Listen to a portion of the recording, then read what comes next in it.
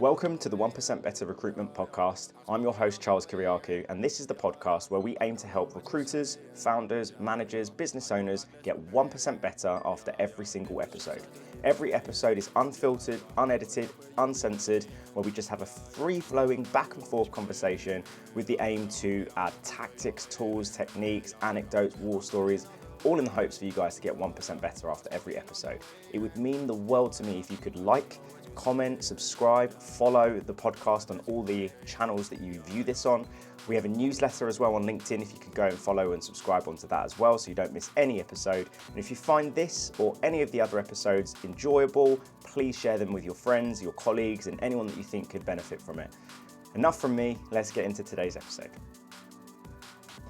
Hello everybody and welcome to the 1% Better Recruitment Podcast with your host Charles Kiriakou. We're on the road. This is the first time I'm doing a podcast in somebody's office and we've got a real special episode today because I'm joined by Amy Hambleton from RedLaw Recruitment. Amy, thank you for joining me today. How are you? Thanks very much for having me. All good, thanks. Awesome. So let me preface this for you guys because this is going to be an absolute stellar episode, and the reason why is because first time I met Amy, when was it, like Q4 last year, something like that? Sat down, said tell me a little bit about your business, do legal recruitment.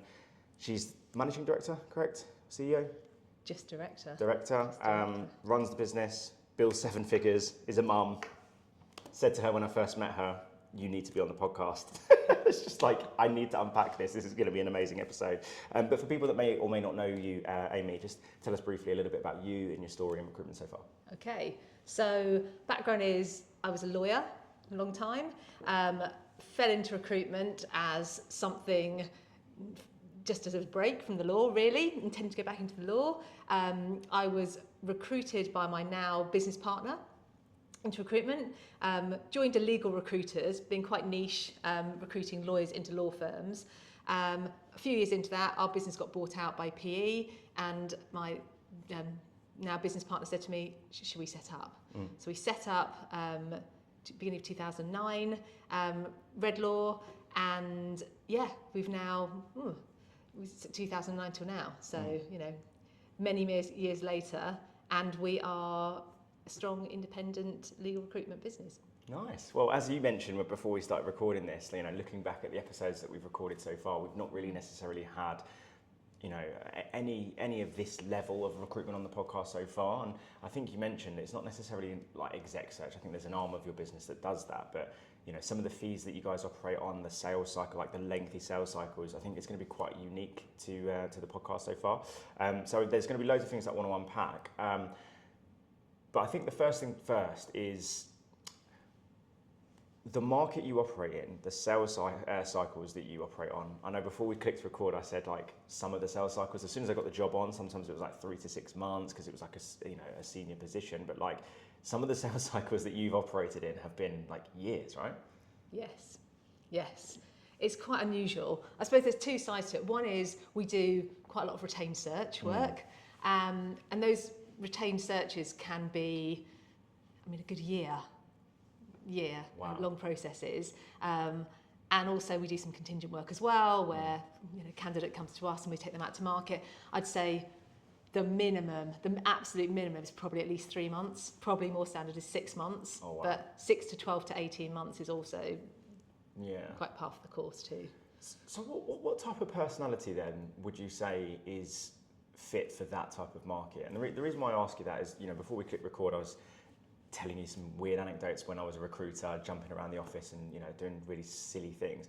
Because I came from a contract background, right? I started doing nursing recruitment for the first 2 years, where you pick up the phone, a hospital says we need a nurse by tonight, and boom, and there you go, you've got a nurse in that night. So I think naturally most recruiters are quite impatient. They want the deal now. I'm no different. Because I was going to say, when you're hiring for people, or because if I was to come and join your business, go back when I was like 22 years old, and you said, our sales cycles are 3 to 6 months, I guess maybe the one thing that made me go, okay, cool, I'll just work on my patience is the fees are way significantly higher. But what type of personality traits do you think you need to have to work in a market like yours where the sales cycles are that long? I honestly don't think it's super different. I think I'm a very impatient person. And I also think the fact that you have long sales cycles, but remember, if you might be handling 20 of those in any one time. So your days are still super busy with loads of stages with different meetings and interviews, and so it's not that you're doing one and that goes on for 6 months. You're handling lots that then fall in to every month, so to speak. There's just a lot weighted on each particular process, because the fees can be minimum 50k, but 100k, 150k, just done, 250. The big fees that, so I think as well, with any good recruiter, I would say, you need a multitude of processes ongoing. Don't be crossing your fingers for that one long process, because that can be super demoralising if you've got to the end of that year and there's no fee at the end of it.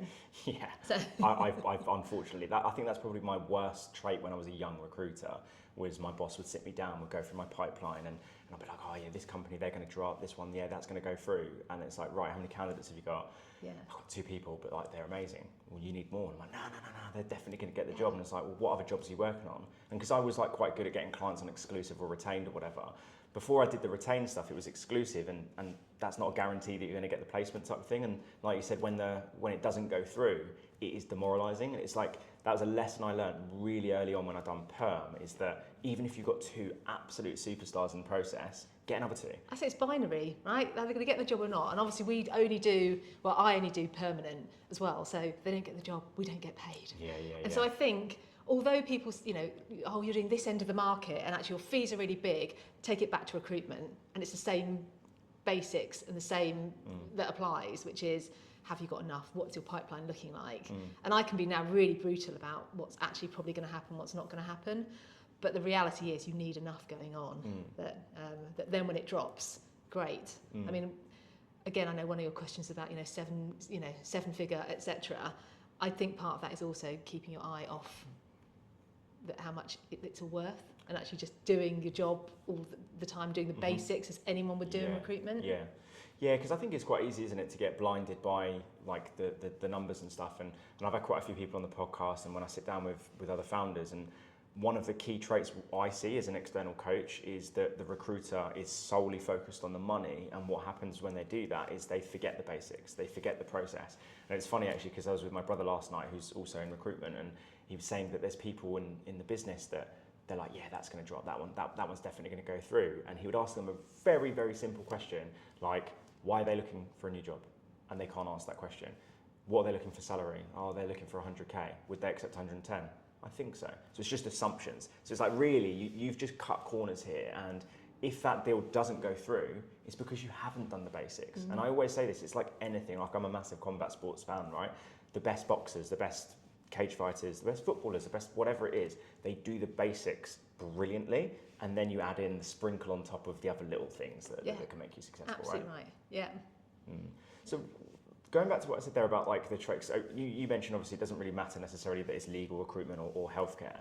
I personally think that there are maybe 3 key traits. Like, if I was to set up a recruitment business now, and when I advise other recruitment business owners when they're hiring, I always say that, look, you can have someone join your business from McDonald's and be your top performer next year. You can have someone join from your competitor and be in the bottom 5% of your business. It's largely on beliefs, behaviours, habits, rather than experience, in my personal opinion. If you could say, I think these are maybe 3 of the key traits that make a recruiter successful, whether it's just in your market or others, what would you say are like the 3 top traits that you look for? I think definitely being self-driven. I think it's really, you can teach as much as you like, but if somebody hasn't got that inner desire to really want to do well and want to be really good, then I think without that, you're going to really struggle. Because recruitment's hard, isn't it? Hard. Recruitment, it's binary. You're either going to be successful and get the job or not to get the job. Yeah. And I think that inner fire burning in somebody is, you can't make it, really. So I think that's definitely one. I think another one is, I think definitely being interested in people. I think when it becomes too much about just the fee or away from the process, I think to be really good, you've actually got to have that desire to understand people, because ultimately we're in sales. And as much as people want to sometimes shy away and say, it's not sales, you've got to be understanding actually the objectives with your person, why they want to make a move, and then you're going to make the match properly. And it's all about making the match. So I think you need the self-drive, because it's up and down. We've all had those processes ongoing first, but long periods of time and they drop out. There's no fee at the end of it. You have to pick yourself back up again. That's recruitment across the board, isn't it? 100%. I think that then the actual personal connection, so being almost away from keeping your eye off the fee and actually onto the process and actually getting to know your candidate, understanding the client and what they're looking for, and being able to match those two. And the third thing, I think, maybe the self-drive and hard work. Really, you've got to do. You can get lucky. Anyone can get lucky, and a fee comes through that you weren't expecting. But I almost think that consistency and that hard, the consistency of doing something will come through. Yeah, no, I totally agree. I look back at my career and there were moments of sheer inconsistency, because like before we clicked record, right, I was saying to you that the way my brain works, I don't like just doing one thing. One of the reasons why I got bored of recruitment in the end was that I wanted to do more. Like I wanted to coach others. I wanted to do podcasts. I wanted to go do some more marketing, some graphic design and stuff, which then led to inconsistency in billings, because to be the best in recruitment, in my opinion, and some of the best recruiters I've worked with, they're so laser focused in what they do. Like I always reference my friend Akbar, who I wish he could come on the podcast, but I'll never forget being 22 years old and seeing him at the top of the leaderboard and going, I'm going to take that guy out for lunch and just ask him questions and just understand how he does it. And he always used to say to me, it's like, you just need to know what the outcome is and just be laser focused on it. And there were so many times, Amy, where I'd be tapping him on the shoulder going, Akbar, Akbar, Akbar, Akbar. And he'd just turn around and go, sorry, mate, I was busy. And I'm like, should we go for lunch? It's 12:30. And he was like, yeah, give me 5 more minutes. And it would be a running joke in the office, because 5 minutes to him is half an hour, because he sat there going that 1% further, sending that extra email, sending that spec out email to the client. Like, give me 5 minutes. I'm just going to call this client because I found a really, really good candidate. Yeah. And that whole time I've been really silly and naive, where I'm sat there scrolling Instagram on my phone, waiting for my friend to go, because I'm on my lunch break, but he's doing that extra little bit. And with all the distractions and with this nightmare of a colleague that I was, he's just like this, just tunnel visioned in what he's doing. And he was just one of the best recruiters that I ever worked with. Yeah.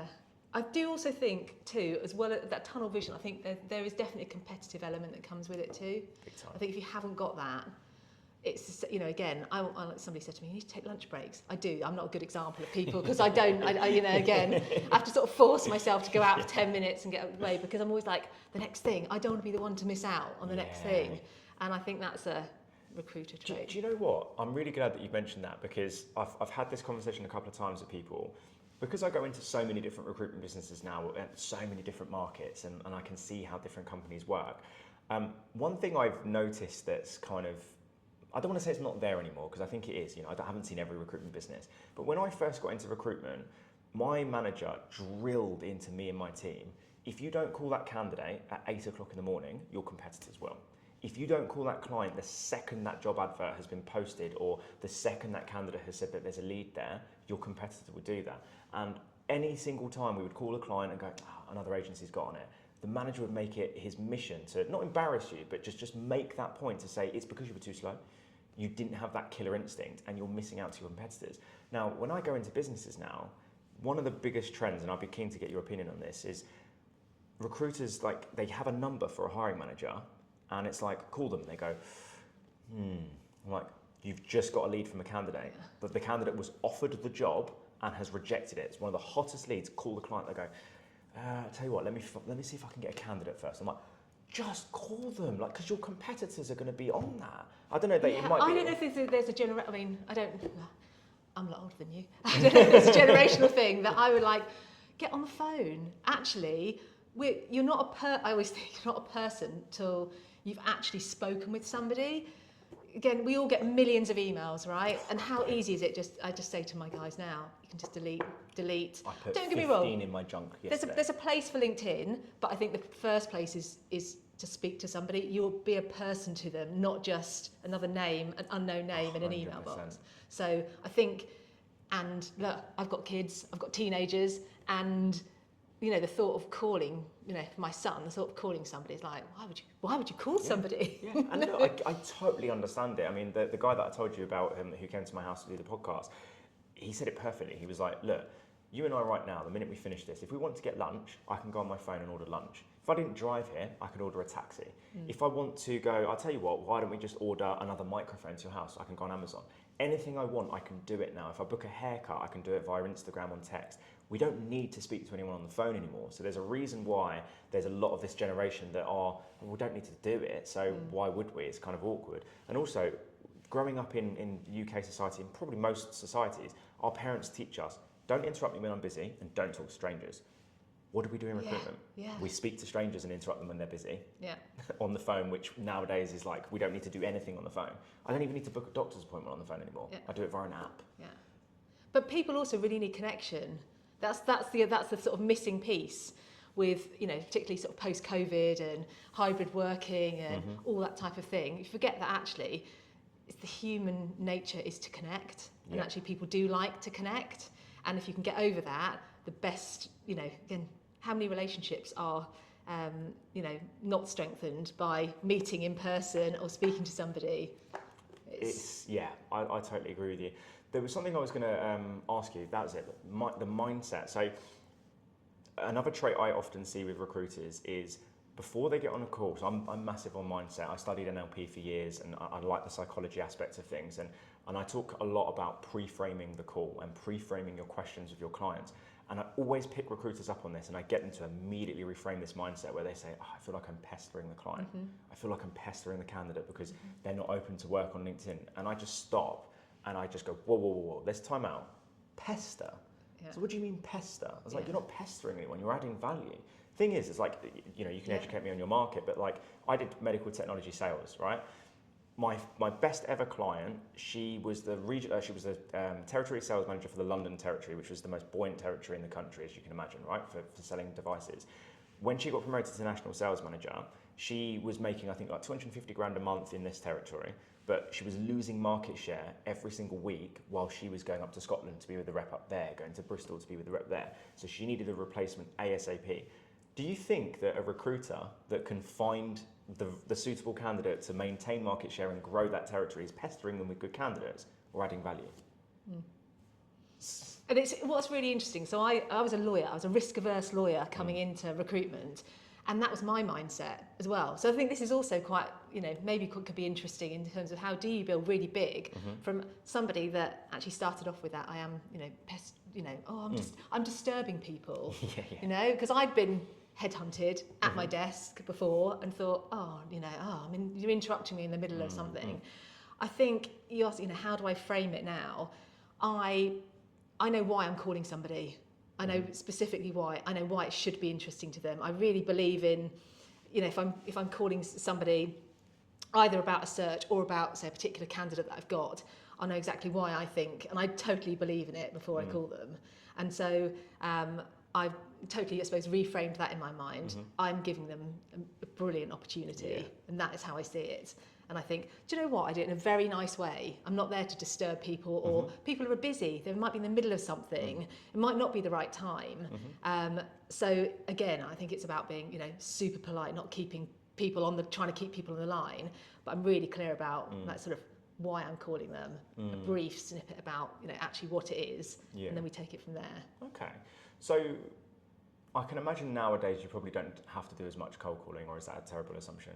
No, I would, again, and even in my mind, because I don't call it cold calling. I'm like, I'm headhunting somebody about something, you know, really specific. It's not just about sort of nothing, so to speak. But you're right, I might not have spoken to them before. But no, absolutely, I'm headhunting just as much. What about on the client side though? Because not just as much. I mean, again, because we're better known now. I was going to say, But still, lots of new law firms in town, personnel changing. Our clients can also change as well, because we're dealing with the world's best top law firms, essentially. Well, managing partner might not be appropriate to call the managing partner, right? It might be appropriate to call other people. So, and it's probably the same as every other industry. We're better known now. You know, when we set up RedLaw, and it was, well, who are you calling from? Never heard of you.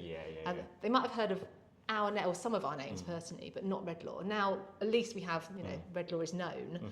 But I just still do a fair amount of cold calling. Yeah, because I love to ask this question to people, and I've got some similar answers, but some like unique ones, and because, you know, I'm still building my brand and stuff like that. Luckily, with like the podcast and with the social media stuff, I can't remember the last time I picked up the phone and said, hey, Amy, we've never spoken before. And they go, who are you? Where are you calling from? Largely, they turn around and go, I think I've seen your post, or you're connected with so-and-so. I've already built that trust, so it's easier for me now. But when I first set the business up, I hadn't posted on LinkedIn for 2 years because I wasn't a global L&D director. So there was no need for me to post. So initially, those first few calls were cold, and I hadn't been on the tools for 2-3 years. So it's quite daunting. I'm at home in my office alone. I'm just like, I don't know how to sell coaching services. I know how to pitch a candidate. I was like, this is really, really odd. So I experimented with a few like cold call openers and stuff like that.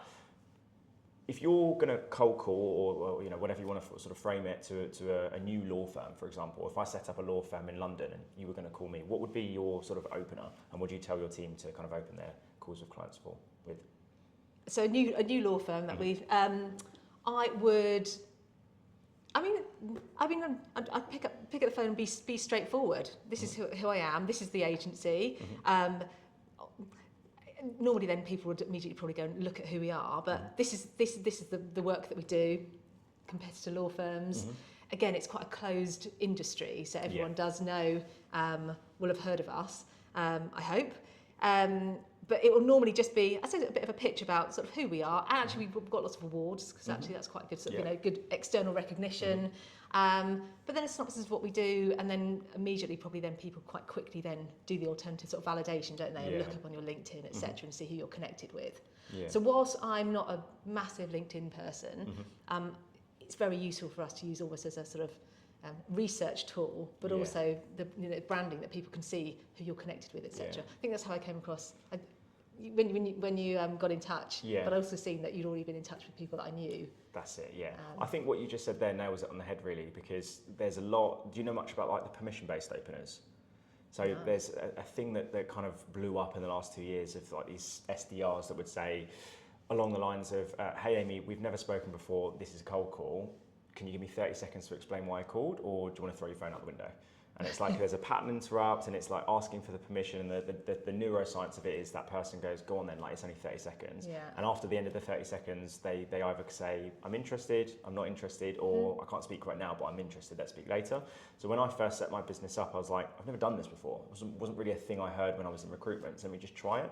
So I kind of framed it like, again, if I'd never spoken to you before, like, hey Amy, look, we've never spoken before. This is, let me reframe that. Hey, never spoken before. This is a cold call. It's a very well-researched cold call. Do you mind if I just take 20 seconds to explain why I call? And then at the end of the 20 seconds, you can either hang up, we can book a time to speak a little bit later, or if you've got time now, we can continue. Do you have 20 seconds? And 9 times out of 10, they go, go on, you've got 20 seconds. And the 1 time out of 10, they go, ugh. Because they hear it all the time. It's not necessarily unique anymore, but it's that element of just like being polite. Because when I first got into perm recruitment, it's like, have I caught you at a good time? That's what I was taught. Now I never say that because it gives them a buyout to say no. So now I just do the opposite. I say, have I caught you at the worst imaginable time possible? And every single time they go, it's not the worst time, but look, I'm busy, be quick. Lo and behold, 5-10 minutes later, we've booked a meeting. We're probably similar. I think I immediately say who I am, that I'm a headhunter, that I'm specifically calling them about maybe a sentence or two. Then I'll normally say, but is it convenient? If it's not, etc. But I'm already in there with this is the very brief synopsis, the one sentence to actually like is the it the hook? I normally, and then you might get, I've got a couple of minutes, and I can say, well, I can speak really quickly. And then we can speak really quickly, and then of course the 2 minutes isn't ever 2 minutes, is it? Of course. Or it might be really inconvenient time. Fair enough. We all have it. People trying to call us. I'm like the worst person to share, the sales call to have. I think my worst is really pushy and really overtly sales. I instinctively turn off from. And that for me is just a definite no-no. And I also think, I suppose, having done this job a long time and the headhunting, and it's often not active people. I think that's the other reason why maybe process is so long. I'm targeting people that are very happy in their roles. They're really senior at what they do. That move maybe not on the horizon. So then you've got to ease them out. So actually, I always think as well, one of my things is there has to be some reason they're going to talk to you. You have to get something. If it's just a no, and I'd never speak to you again, I normally think, look, it's just a no. I'm just not going to push it because there's got to be an inkling that there's something in what you just said that actually, I might just I've got somebody at the moment who actually I was in touch with maybe a couple of years ago. Headhunted, wasn't the right time, but said, let's grab a coffee. Yeah. All of a sudden, I got a call a couple of weeks ago. It's the right time. It's a massive, huge team move. That'll be, big fees from that. But actually now the right timing. But there was something in it that actually decided, well, let's just be in touch. At least I'm going to know somebody sensible if I do want to move. Yeah. And then a while later does want to move. So. Do you have a process then in terms of like how often you would keep in touch with like your candidates that you're headhunting, clients that perhaps have said, look, great, your business looks good, we're not hiring now. Do you have like a process or like do you teach people in your business like these are your follow-ups, this is how long to wait until you catch up, these are the touch points, like what does that look like? We probably should do that more, being frank. But yes, we do. But it's maybe not, okay, you've got to be every 2 weeks, you've got to do this, etc. It's more normally, okay, let's look at it month by month, who's doing what. We're quite a large team as well, where actually we all work together in quite a team-based way, which is also quite unusual, I think, for recruitment, especially senior recruitment. So we will be in touch with the law firms and they'll be in touch with us as well. I think that's maybe the difference. I think previously, when we were maybe not such an established business, it was us constantly having to, well, have we been in touch with them this month? And have we followed up like the next month? I mean, there are a few things that actually, if someone's called us for a meeting, we need to get them somebody within 2 weeks, which sounds quite long, but if you think about how long some of our processes are, of course, so we have our own internal things, but maybe not so, every week, 2 weeks, 3 weeks, not super regimented. We could probably do better with that. It's probably not a bad thing. To be fair, like if I look back, I don't know, what CRM do you use? Just out of curiosity. Job Adder. So I know Job Adder quite well, but I used to use Bullhorn, and the way I got taught by my boss was we had a functionality in the CRM called tasks. And the beauty of it was that, say for example, I spoke to you, you're a national sales manager, I'd say called, spoken to, not hiring, but may have budget in 6 months' time. So I put a recurring task on CRM to remind me every 4 weeks just to call this person. So my BD strategy initially was go through my task list and then just sort by date, and then it'll be like, right, this is the person. And every single day I had like 10 tasks of just people I was just checking in with. And that's because I wanted to ask you, my next question was like, obviously now your brand is so well known and people kind of come to you. There's stuff you've had to do to get to that position, if that makes sense. For me, it was those regular check-ins and having that reminder, because my memory back then was like when you're first getting into recruitment, it's so overwhelming. So I had to have something to kind of remind me. And there'll be so many days where I go, God, I would have forgotten about this person. So I just click on it, look through the notes. It's just like, their son does jiu-jitsu. There's a commonality there. So I say, how's your kid getting on jiu-jitsu? I've recently joined a new club. Rapport is immediately there. They're like, wow, this isn't just a recruiter that's selling his services. It's like a partnership. It's a proper relationship type thing. So how did so that would be my question to you then. Like when you first set up RedLaw, and I want to unpack kind of how you got to the 7 figures and all the rest of it. What types of things have you sort of done over the years to get to the position you're at now where clients are coming to you, basically? I think we're always about delivery, because you can have great conversations with people. And I think, look, there's that sort of, know, like, trust. They'll know who we are, but then do they like us? Then do they trust us? And we do work on that. But I think ultimately it's about delivery, because you can have all the great chats and they can really like you, but if you're not actually delivering the people, then, again, going back to the basics, and that's every recruitment, not just, sort of partner side, sort of legal recruitment. This is, everybody is the same. So there, maybe at the start, that was definitely like, okay, if we get a job, and we set up at the you're too young for this, but Lehman Brothers crashed. Right. There were all the lawyers got made redundant. This was 2009. There was no jobs in the city. Yeah, I was on my PS3 in 2009. I was in school failing my GCSEs. But how you see it now, everyone's, lawyers can always get jobs, and all the law firms are recruiting. I remember actually mentioning this when we first met. All the time. Yeah. But there was not a job. We set up at like the worst possible time, and even getting a job was like, oh my God, we've actually got a job. And then we were like, okay, we've got a hint of a job that somebody's interviewing somewhere. Let's get them another candidate. So it was all out to then just focus on that and that delivery. And I think there's almost that we've sort of kept that sort of imperative going. Even though we're really established now, we've still got that sort of drive and need to deliver, because I always think you're as good as your last placement, really.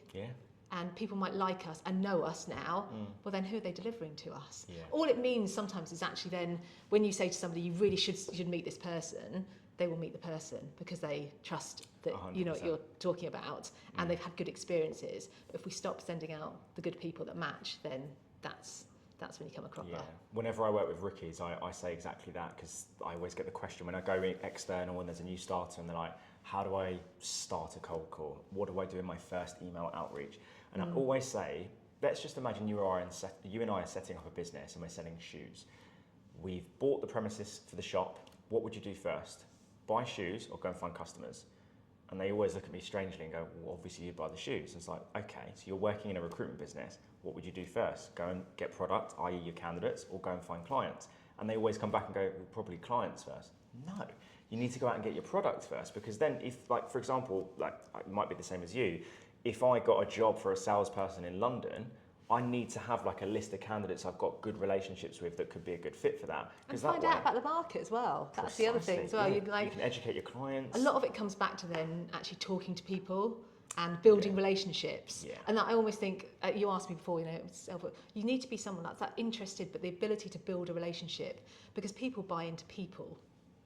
That's the truth of it. You know, look, I'm not saying, I think I'm a good recruiter.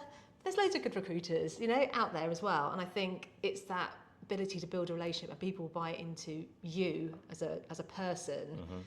Then hopefully you deliver the product. I think also with what we do, it can be slightly different from my particular team. And RedLaw, we've got other teams that work, per the role. But with what I specifically do, there's not always a role. Right. Actually, it's I don't know if any of you've watched Suits, where actually, the top lawyers have got clients. Well, law firm B is going to want them for their clients. Right, okay. So actually, it's not about waiting for a job to come up. They're just like, well, if they're a good person, they can bring their clients across. Yeah. Interesting. Is that where the long sales cycles kind of come in? Yes, as well. Yeah. Quick one from me. If you're enjoying today's video, 2 things. First and foremost, like, follow, subscribe, leave a review, all that kind of good stuff. The other thing is, as you probably already know, the way I fund this podcast is through my coaching business. So if you're listening or watching this podcast, you're probably someone that is all about personal development, right? So if you're all about personal development and you want to develop your mindset, you want to develop some real world strategies, or perhaps it's simply just the recruitment aspect. I've been in this industry over 10 years. I've been in the L&D space for over 3 years now, and I'm so passionate about helping people. I feel like this is the purpose that I've been put on this earth for, is to help people in this recruitment industry. So if you're interested in coaching, in training as a recruiter, or perhaps you're a business owner and you want to upskill everyone in the business, take your company to the next level, then why don't you just reach out to me? You can reach out on LinkedIn. All my contact information is on my banner and in my profile, and also on my website. But that's enough from me. Let's get back in today's episode. Actually, we'll take somebody if they've got these particular clients who are billing this much, etc. It's like buying businesses almost. Right, so actually, the tricks of what I specifically do is working out who goes where and who might fit in where. Okay, so it's almost like you're just like doing puzzles in your brain with candidates, essentially. Absolutely. Yeah. Okay. So with that then, so the people I've had on the podcast and clients that I work with, we always talk about 2 processes: working a job, working a candidate. A common theme I've seen recently with some of the best recruiters that I've interviewed so far and worked with is that they typically work candidates more than what they would do working jobs, which kind of counteracts itself if you're doing a retained search, for example. But how different is it in your market in terms of? I naturally do that though. Yeah. That's that's how I learned. We were contingent before I did any retained. Yeah. We were set up as a contingent agency. There wasn't really, we weren't pure executive search. Yeah. Didn't do any retainers for the first several years of being in business, and it was very much understanding your person and the candidate first and making the match. But I still think that stays in brilliant stead, because the retained search, although yes, you're acting for your client, they're always going to pay you. I always say you've got to make the right match, and you've got to have all the, it's got to be the right candidate for that as well. Yeah. So I still look at it probably a bit from that perspective, the candidate perspective, even on a retained search. Yeah, that makes sense. How does it work then in your market? Because, like, for example, I've been working quite closely with some construction recruitment agencies, mainly sort of white collar, some blue collar. So their kind of approach is, if they've got a great quantity surveyor or an amazing site manager, their first point of call would be look at the geographical location, look at their sort of niche within that sort of area. They can identify, say, a dozen businesses, and then the first thing is they've probably got relationships with these businesses, so they'll call them up and say, look, you may or may not be hiring right now, but I've got this incredible quantity surveyor who's going to be looking for work in the next month. What's your thoughts? And then largely, a lot of these businesses will come back and say, we're not currently hiring, but we're always on the lookout for QSs, so we'll interview them. And again, largely, they will create an opportunity for those candidates. If they don't get through to them on the phone, their kind of next point of call is to send an email with a bit of a write-up to say, like, look, this candidate's going to a dozen businesses. Would you like to meet this person? And then if they don't hear from those two avenues, then it's like a voice note on LinkedIn, because we talked a little bit about, messages sometimes you don't stand out. Voice note's brilliant because you can add a bit of personality and passion. I've never done that. Never thought about I do it all the time now, and my success rate with voice notes is so much higher than messages. But my messages are just really short, sharp, and just ultra personalised. But that's kind of like the three different things that they do. How similar is that? Really similar. Yeah. Really similar. I think first, I've got an example. I had this team come to me and they say, where should we go? First thing I did was call to particular clients and say, what do you think? Brilliant team. I think they'd fit for X, Y, Z reasons. Is it something you're interested in looking? 9 times out of 10, I say, sounds really interesting. Yeah, can we then? And I often say, look, I need to know, options to provide the person. You look like a really good option from what I understand that you want, what you want to do, what this team does. Are you interested? Yeah, we're potentially interested. Depends if it is, potentially interested. But then they'll give me enough. If they're not answering on the phone as well, then I send a very nice follow-up. And because we're well known, I think then it stands out a little bit more maybe. But we're maybe not known to everybody, right? So, but I think I just make sure that you're always qualifying it. This is why I think they're right for you. This is enough detail that actually you can make the business decision. That makes me look good as well, if actually it's specific enough about why I think they're right for that business, and all the small details. You've nailed it there. Something I talk a lot on the podcast about my pet peeves. There's so many things that just frustrate me. One of the things that really frustrates me is when someone, say for example, again we'll use that example I said about a quantity surveyor, and they go, I've got a fantastic quantity surveyor that could be a great fit for your business, but they've written nothing about why that person could be a good fit for the business. When I used to do mainly it was verbal specs. So I'd call the client and say, I've got this person. I did a very niche market. I did medical technology sales reps within surgical urology, so they would sell to urologists basically. If I had a candidate that had sold ultra scanners, ultra scanners for bladders and stuff like that, and this company sells those exact same product, they're out of their non-compete, I'm going to say they've previously worked for your number one competitor. They were 100% versus sales versus target. They know every single urologist in London territory. They moved to another role where they sold slightly different products, so there's no non-compete. That's why I think this person's right. And almost always you get the client go, even if they're not hiring, even if they've got a territory manager in London, they're going to want to interview them. Yeah. They're going to want to speak to them. So yeah, it's exactly the same. And sort of, I don't also want to, again, don't want to waste their time. Don't want to waste my time either. I think there's again, we're not desperate for, we want to do really, really good recruitment. So how do we stand out? That's making sure you're not wasting their time. You're cutting to the chase really quickly, but you're also, using your brain, giving enough detail about why the specific person for them specifically and why it should be interesting to them. Yeah. I want to ask you a question. You're currently, so what roughly per year personally, obviously whilst managing the business and being a mum and everything like that, what's an average year billings wise for you right now? I mean, every year I want to be sort of hitting 7 figures every year. Yeah, we're sort of doing pretty well this year. Yeah.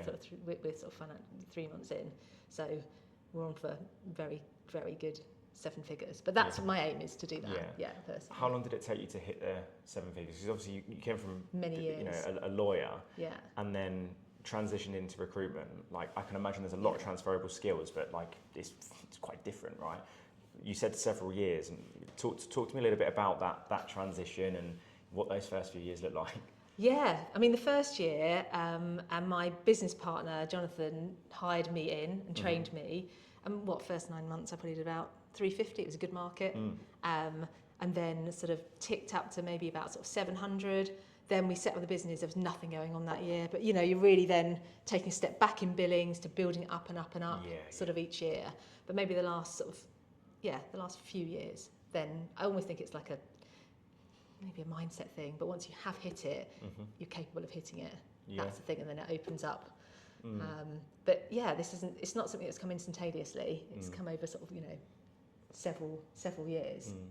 What do you think was, so I'm a firm believer, I did a bit of content with Hisham when he first set his business up, and I did like a 10-minute workshop on beliefs, behaviours and habits, and how those three things essentially run our entire lives. Everything that you do before you do it starts with a belief, and you have empowering beliefs and limiting beliefs, and how you express those beliefs are through your behaviour, and habits are essentially just behaviours just repeated subconsciously over a period of time.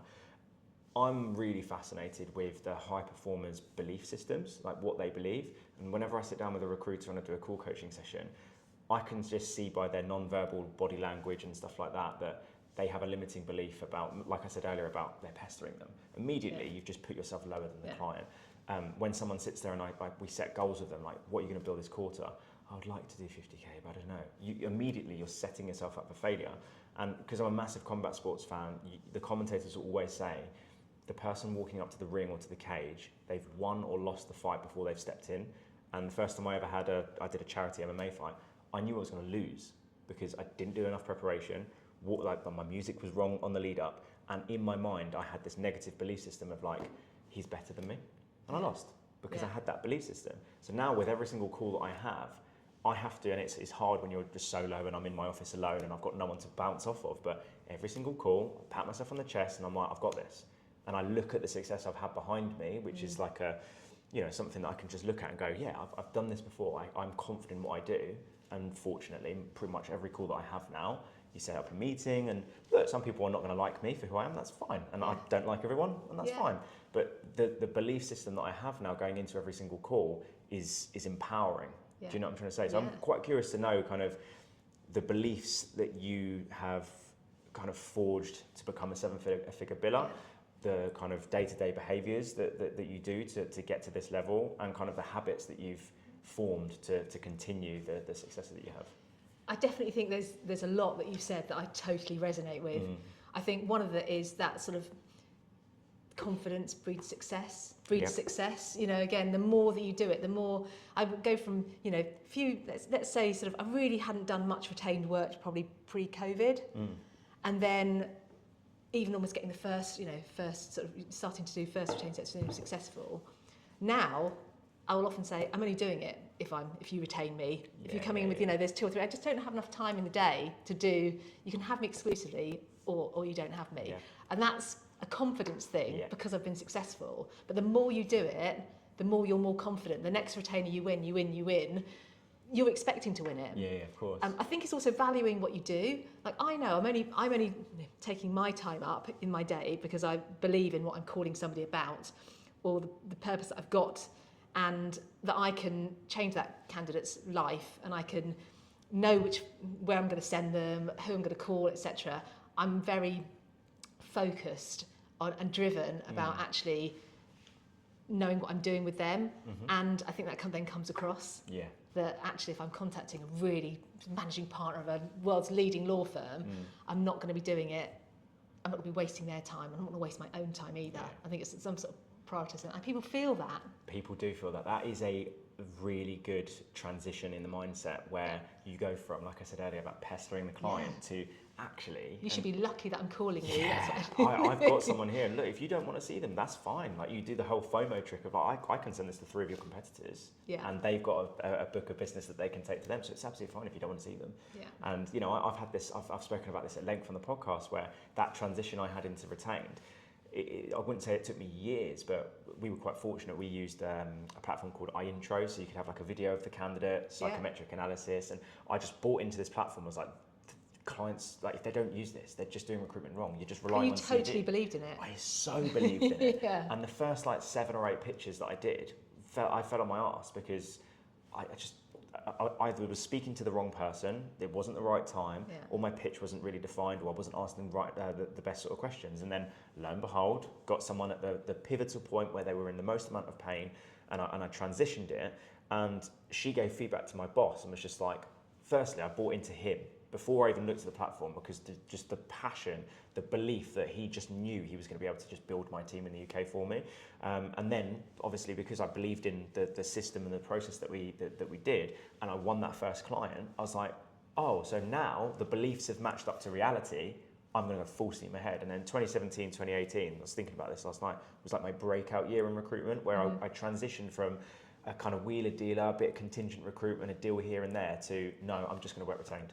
And don't get me wrong, like I said earlier about the ego, sometimes it kind of bit me in the bum because, you know, there'd be an ultra fillable job, 17.5%, 55k salary. I've got a pipeline of candidates. I could just fill that job. Yeah. But my ego was like, nope, it's not retained, so I'm not going to work it. So there was some hard lessons I had to learn there. But as soon as the beliefs like matched the reality, it was just like, I just full steam ahead. I think also with me, I had to stop myself trying to win everything. When I changed just being competitive and every client asks you something, I want to be able to fill that and that and that, and actually spreading yourself really, really thin. Once I changed trying to go after everything as well, and actually I suppose valuing my own time as well, rather than being, well, I can fill that, but you've got 5 agents on it. And now I don't do it anymore. It's such a common trait. Every single this extreme high performer that I've spoken to has explained that exact habit, behaviour, or belief that their time is so valuable, and if they don't think that they can fill it, or they're competing against numerous agencies, or the role has been open for 6 months and you just know it's going to be difficult, or the client is saying, nope, we're going to work to this fee and that fee only, it's our terms, they go, okay, cool, good luck. Yeah. Because there's so much business out there. I've got a lot on right now. I just and if you don't value yourself, others don't. So I think that's the other thing. I mean, I always get, again, told that I'm quite tough on fees. And I think I'm not ashamed about being tough on fees at all. And I'm proud of it. Actually, we do a really valuable service. And if you don't value yourself, you should be tough on fees. Yeah. I think there was a survey of all the recruiters, like way back in the day, before I'd set up RedLaw, the agency, and we came, well, I don't know, middling for everything, but we came top for being most flexible on fees. And I remember being absolutely horrified. It was like the worst one to be. We were like number one. I think ever since then I've had it, actually no. We've got to value what we do, or else other people aren't going to value us. 100%, yeah. And if you don't believe in yourself, you don't value what you do, it's infectious. It's even infectious just in your tone alone. What about habits? What sort of if you could just sit there and say these are, there might not be habits that because of this habit I became a 7-figure biller, but I was thinking about this last night about yesterday, it was Sunday, my wife took out her parents because it was Mother's Day next week when we were recording this, but she wanted to book a restaurant, and the only time they could do yesterday. My social battery was so depleted and I was so behind on work because of the expo and stuff. I was like, I just want to stay home and just catch up with some work because I'm in London tomorrow, and normally Monday is like my content and admin day. So I literally just worked for 8 hours yesterday, just getting on top of everything. And I looked back and I was like, what made today so successful? And I looked back and it was because the sleep I had the night before was just 10-10. And I looked at my Fitbit, it was like a 90 sleep score, and I was like, right, that's a habit I'm working on. And I've always, I can't say always, but a lot of my life I've struggled a lot with sleep. I used to have insomnia when I was a teenager, loads of different things. My brain's so overactive, so sometimes at night, even if I'm worn out, my brain will be going bah, bah, bah, bah, bah. But I know that if I can develop that habit, I will have way more successful days than unsuccessful days. From your perspective, what habits stand out to you that you can say contribute towards being a high performer? Definitely trying to get my exercise in. I play netball every week. Nice. And that is like a non-negotiable for me. Yeah. I really try not to do evenings. Now I've got kids. Okay. And now my youngest has just become a teenager. My eldest is mid-teens. But as a lawyer, I worked all the hours God sends and weekends too. And I had, again, I don't want to do that in recruitment, and I've never done it.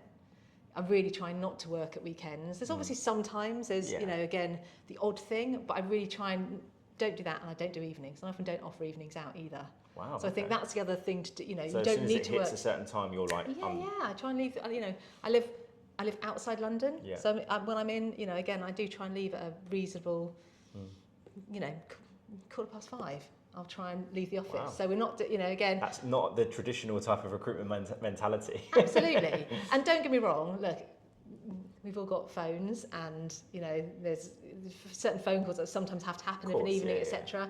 But it's not super regular for me. I really try and make sure that I'm really disciplined. So when you're in the office, you're in the office. When I'm in the office, I'm in the office.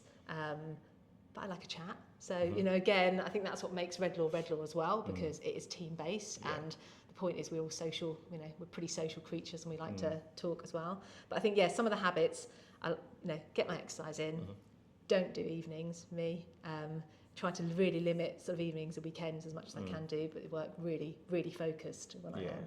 Yeah, nice. I think where you're at your level, and I explain this to recruiters now, like my last year of being on the tools doing recruitment, one of the other managers was just like, oh, half day today. It's like 5:30, and I was like packing my bag. I was like, I've got a Thai boxing class. It's like, oh mate, like, come here. We're all gonna stay late tonight to do like a candidate regen sprint. Like, you're a senior person in the business. It'd be good for you to stay late. And I'm like, been there, I've done that. And it's like, mate, like your billings could be double if you just did a few more hours. It's like, I'm not at that position in my life anymore where that's as important. When I'm in the office, I'm going to do everything I can to be as successful as I can during my contracted hours, and then I want to be with my friends, I want to be with my family, and I want to do my hobbies. Because if I don't do that, like during COVID, I was borderline having a nervous breakdown because I couldn't socialise, I couldn't go to my martial arts, I couldn't go and play sports, I couldn't go and lift weights at the gym. So after COVID, that became such a necessity to me that I was like, no, I get that certain sacrifices. Like when I first set my business up, of course I was doing long hours. Of course, like if you're a trainee recruiter listening to this and going, oh well, Amy does, like, she leaves at 5:15. Well, no, if you've got no pipeline and you're new to the industry, it's output as well, isn't it? Of course, it's output. If you've got enough, going on. I think when I started off in recruitment, I mean, this is ridiculous, but there were Australian lawyers coming over to the UK, and they would email in the middle of the night. And it was really fastest fingers first. Whoever got that really good Australian lawyer could get them to the law firms really quickly. So I'd sleep with my phone on loud by my bed. So if I heard a ping in the middle of the night, I'd get up, I'd be the first one back to them. So it's that competitive, but that's a sort of habit that I think I have to watch myself on, which is why now I try and be quite strict with myself, because I think I have a tendency otherwise to get a bit, sort of obsessive about it, and that's not healthy. And again, I've got kids, and it's important to me to, make sure they've had time as well. So, well, I was going to ask you, because that was one of the topics we were going to bring up, right? About, running a business, billing 7 figures, dealing with these long sales cycles, and obviously raising a family and having kids. You got boys, girls? Boy and a girl. Boy and a girl. Yeah. Okay. What was teenagers? Yeah, one's just turned 15, one's just turned 13. Oh wow. Okay. So. Handful. But for the whole of RedLaw, pretty much then, from baby to now. Yeah. Wow. Because I was going to say that makes a lot of sense then, that you value your weekend so much and being home in the evening. Like my wife's just over 6 months pregnant now, and obviously luckily I'm just solo. I can kind of work wherever I want, whenever I want and stuff, which is kind of one of the reasons why I do what I do now. And I said to her that, look, when the baby comes along, obviously because it's just me, there's going to be times where I have to go into London or have to drive up north and do a training day.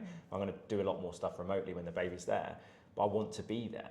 Do you know what I'm trying to say? Because I speak to a lot of people, and people always say to me, like, look, when your kid comes along, you're going to have an extended level of drive to want more, to give them the best possible future. But just remember, you'll never ever have those, like the days that you're gone, you'll never get them back. So and that for me is always like stuck into my head as and I won't go too deep in it. I kind of have in many podcasts, but my dad was terrible with money. He was terrible with business. He had an ego.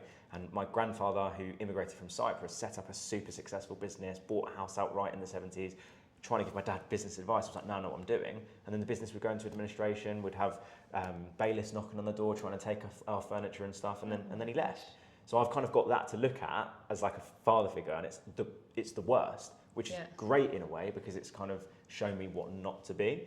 So I'd be interested to kind of hear about, what that's actually like from your perspective, like with everything you've got going on with the business and doing these like long sales cycles, whilst also like... It's really hard. And being really frank, and this whole, you can have it all, it's really hard. Something, again, especially maybe the nature, the perfectionist nature that I have, being a sort of lawyers by heart often are, that, trying to do everything really well.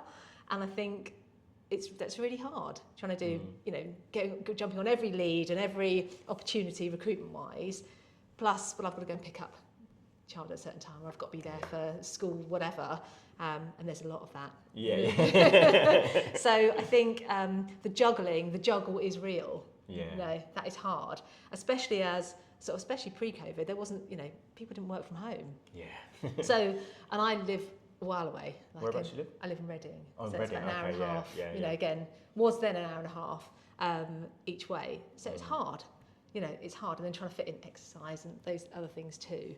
I'm not going to say it's easy because it isn't easy. I think I was like outsource, as much as you can outsource. But I'm really pleased I've set an example, good example to the kids as well, who are proud of what I've done. Yeah. My daughter used to play RedLaw, when she was Oh, sweet. yeah, not anymore. Now they couldn't care less if we're home. But yeah, it's the juggle is hard, but also you'll be forced, I was forced to do it. I have to leave at a certain time and pick them up because that's what you have to do. Yeah. And in a way, those habits now don't really need to be back at a certain time necessarily, but I still like to see them. I like trying to eat with them, if I can do as well. But that habit was probably formed pretty early on because you've got to get back for looking after them and bath and bedtimes and stuff in the evenings. Makes sense.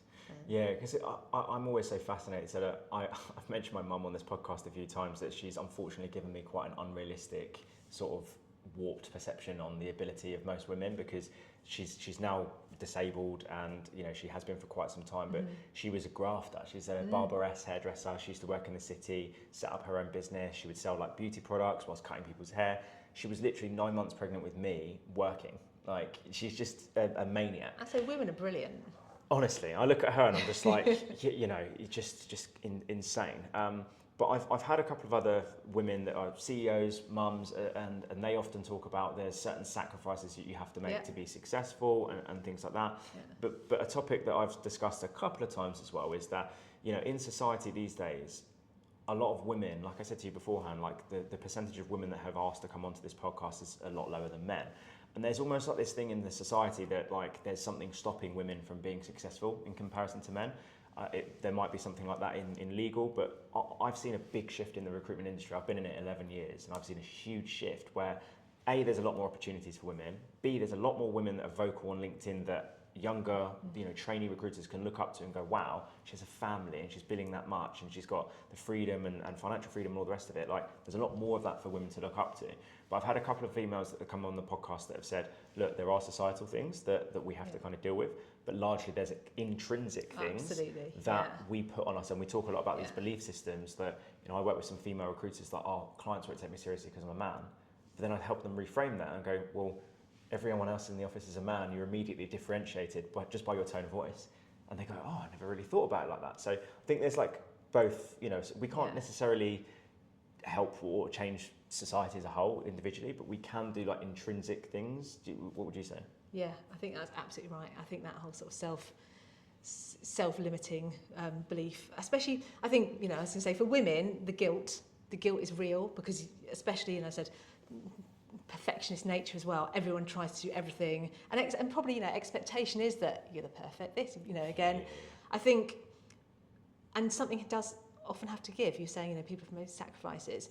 I wasn't there to pick up my kids every day from school. I would on a Friday. Friday was my day. That on a Friday I will be there to drop them off and pick them up. But then you have to have really good mum friends who are going to tell you else what's going on because you're not there for 4 out of the 5 days. That's just. Do I feel guilty about it? Yes. Mm-hmm. But are my kids fine and well adjusted? Yes. So I think, those sacrificing things are hard. And, have I got all of the work necessarily? Maybe not, because, sometimes I couldn't do the evening function or I couldn't do that specific thing I needed to do to get that. I also think women just get on with it quite often and they maybe don't shout about what they're doing, which, again, I would sort of say we've won awards. We won quite a lot of awards, which is actually brilliant.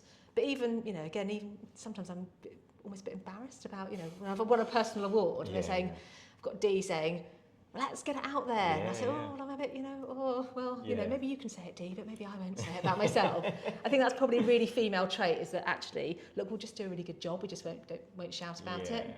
And I think actually you do need more people to shout about it, to actually get other women thinking, oh, actually, well, I could do that as well. 100%. But being honest about it, saying, look, it isn't easy, and actually the juggle is real, and you want to be, you know, again, you want to be a good parent as well, as a good recruiter.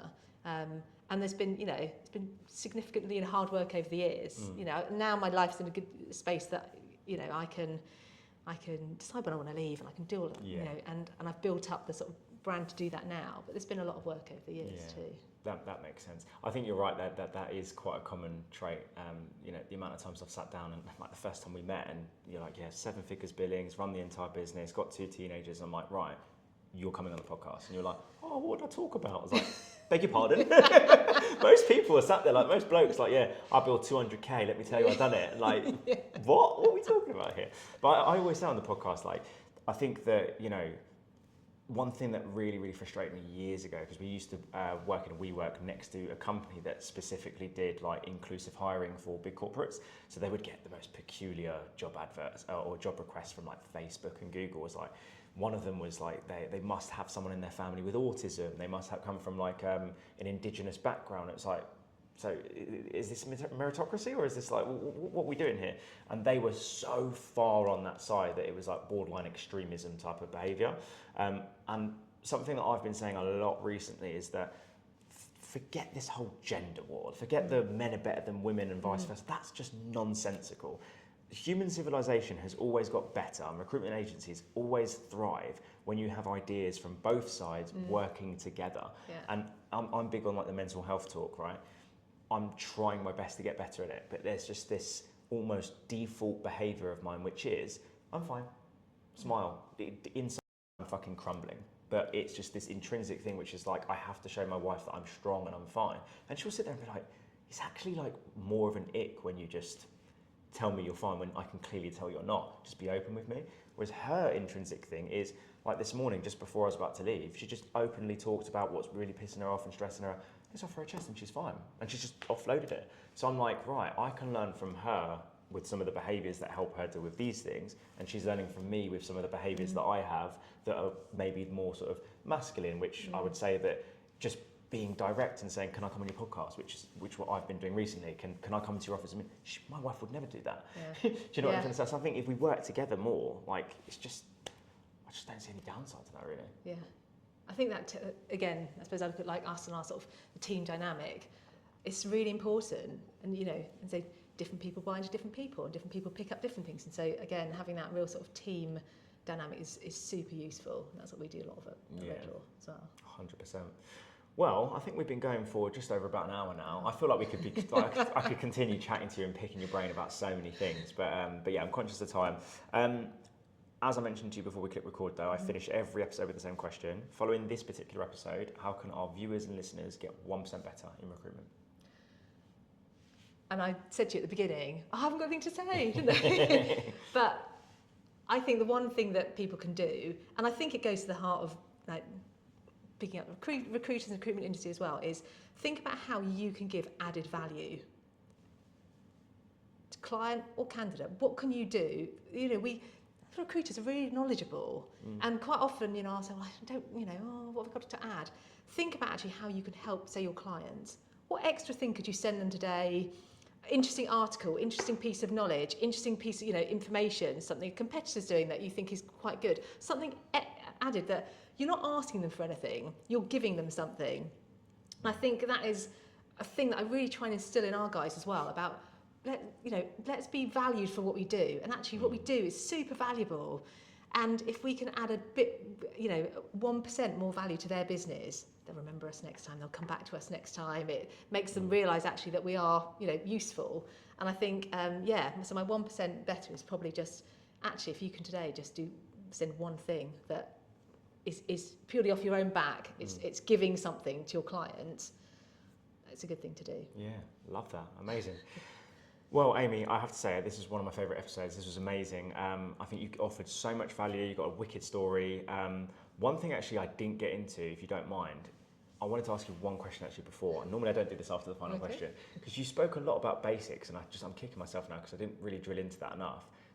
When you say like the basics, getting the basics right, I've got my own idea of like what I think the basics are. what would you say, like, let's just say, for example, you hire a handful of trainees and we're going to teach them the basics of recruitment. What would you say they are? Being able to have a conversation with somebody, being able to actually say ask the right questions to elicit the right information out of them. That whole sort of being interested in somebody, I think is super important, and being able to build a relationship, hold a conversation, build a relationship, but also then being able to, I said, that sort of added value, offer something back as well. So I think for, I guess, immersing yourself in the sort of industry, speaking to as many people as possible. You were saying, it's about the product and the shoes, etc. Speak to people. What do? You're not expected to have the answers to everything. I always say now, look, I was a lawyer, but in a very specific area. I recruit all different types of lawyers. I have no idea what half of them, sort of day to day, but ask them. Because everyone tells you what they want to do. So I think it's that sort of, try and be a bit fearless, but just treat people as people. And ask the question and ask them what they do, and the amount of information you'll get as a response to that then will enable them to be able to press on. You just reminded me of a funny anecdote. When I was the L&D manager in my last job, there was a girl called Zoe that I worked really closely with. I've got like this eye, sometimes I can just spot that someone's got potential to be great, but they've just got limiting beliefs that are just hindering them.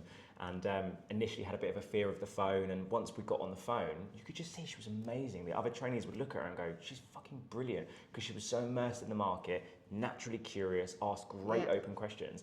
But I used to drill into her every time. I used to go around and go, ask the fucking question. And to this day, we message each other on WhatsApp and LinkedIn, and she goes, I'll make you laugh. I was in the office and I was just saying to someone, just ask the fucking question. And it's so true. That's how I got trained. We just had a big old poster on the wall that said all the starts of open questions. And that was our training. It's just like, if you can master every question you ask starts with who, what, where, why, how, explain to me, tell me.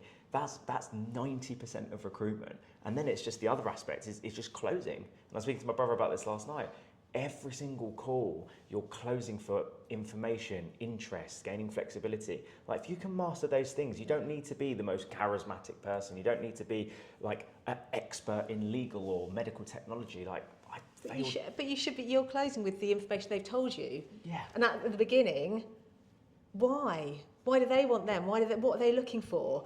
Make that's what will close them ultimately, is sticking to that and not thinking about the fee, thinking about actually, what have they told me that they want? What have they told me they want? Is that a match? Does that work? Actually pushing people in doesn't work, but actually you're using the stuff they've told you all the way through the process. 100%. Like I said, I could talk for hours about this stuff. I get so passionate about it. But no, thank you so much for firstly inviting me into your offices and doing this with me today. I know it's been a few months in the making, but no, I thought this was an awesome episode. In terms of, if people do want to reach out to you, there might be some recruiters that are interested in your business and stuff. Absolutely. What's the best way to reach out to you? I say pick up the phone, but drop me an email. Amazing. And on LinkedIn, Amy Hambleton, look for RedLaw. Amazing.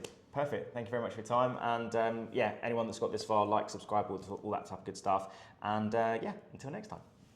Thanks so much for watching today's episode. If you've enjoyed it, like, subscribe, follow, drop a comment on either platform and message me on LinkedIn what your biggest takeaway of today's episode is. If you also feel like somebody else could take some value from this, repost it, share it, tag someone in. If you think you or someone else could be a fantastic guest as well, put them in touch with me or get in touch with me yourself. We're always looking for new guests. And we only really have legends on this, as you can probably tell already. So as I mentioned, like, subscribe, all that kind of good stuff. It genuinely helps so much. And I've got massive, massive plans for this podcast, and we're loving doing it every step of the way. Keep getting 1% better, everybody. Let me know what your biggest takeaway from today's episode is, and I'll see you next week.